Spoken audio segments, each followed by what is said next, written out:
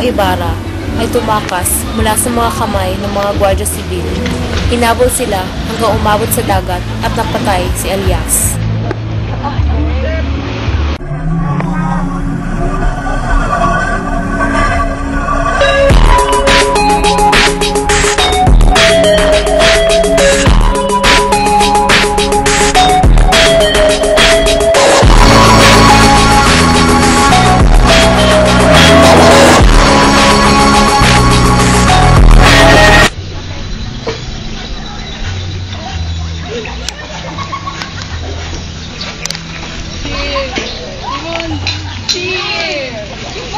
Kailangan natin bawasan ang lupa dyan para lumawak ang ilog.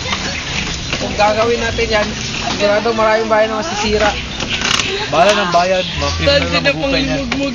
Pipilitin na natin mag-alaga ang mga lao ng mga pato upang mapalalim ang ilog. Maaari ko bang ilathala ang tungkol dito? Ay nako, hindi naman kailangan pagandahin ng ilog eh. Maganda naman yan kahit ganun lang yan. Kaysa naman makakita pa ako ng mga balot. Nandidira ako sa mga balot.